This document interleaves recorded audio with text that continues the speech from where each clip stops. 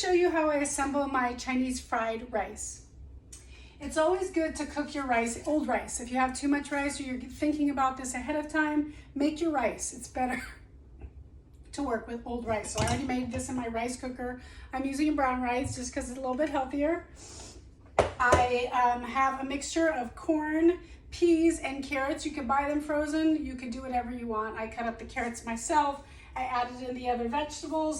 The other ingredient you need are green onions. When I cut this, I'm only using the greens. I'm cutting it nice and small so that it cooks really fast and it gives it that nice fresh flavor and brings in a lot of different elements. The other ingredients you're gonna need is some soy sauce. I use tamari and some sesame oil. The last ingredient is the scrambled eggs. I mix mine with a little bit of salt, and that's basically it. If you want to do meat or whatever, go for it, but this is just a basic recipe. So I got my pan hot, high heat. I got my wok going. You always want the pan hot. You can use an oil that's good for heat. You can use peanut oil. I'm using grapeseed oil. You can use canola oil if you like. You don't want olive. And then I also add sesame oil at the end, as I mentioned. So I'm adding my oil now to my hot pan. I'm gonna add my scrambled eggs to it. I'm gonna scramble my eggs in here. Then I'm going to mix in the rice so that the eggs get incorporated in the rice. And because the vegetables are already cooked, I'm just gonna toss them in, and at the end, add my soy sauce and my sesame oil and green onions. So here we go, having a good time. Nice and mixed. Want to test it a little bit with something nearby. If it's not sizzling, it's not ready. So a couple more minutes, and I'm gonna again have everything nearby because it's gonna go fast. So make sure you're ready. One thing I like to do is break up this rice. Make sure it's all broken up ahead of time, something you could be doing while this is ready, getting ready. I don't measure, so it really depends how much you're cooking. I really utilize my senses. I'm an intuitive chef. And I use my senses to determine how much I need. Depends how much I have, how much I want. Here we go, here we go. Here we go with the scrambling. Oh, there's a lot of oil in there. I guess my eyeball was not so good.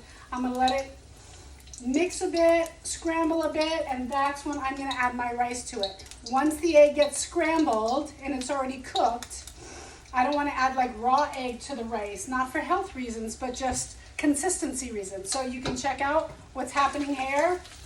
Give it a nice mix, scramble it up. I might have had a little bit too much oil.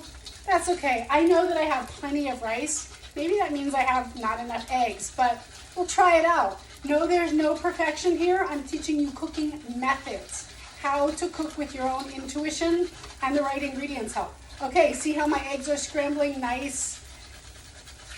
Got it going on to the break of dawn. Once it's scrambled, remember, once it's cooked, that's when I'm gonna add in my rice. Now I got a lot here. It might be too much, which means I can't use all of it, or I might have needed a little bit more egg. But I might use this rice for something else, so it's all good. You gotta create. We're creators in this world, so it's nice to create in the kitchen. Trust yourself, and it's a learning process. So like, there's always ways to fix it. That's what makes a good cook. It's not like, do I have the right recipe?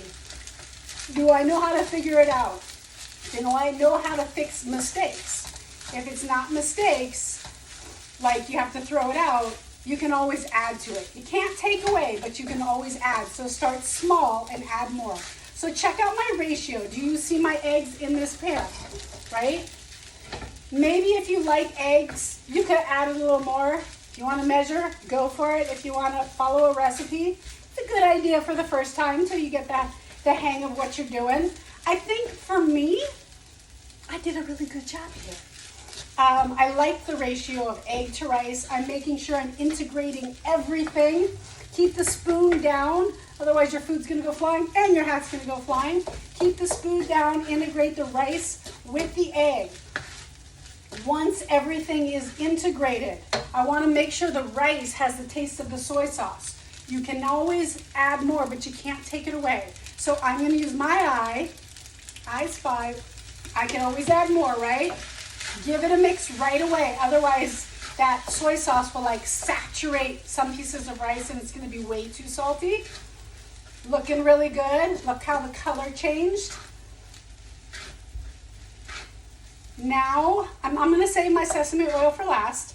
Now that I integrated it, always got a taste, so give it a little taste here and there.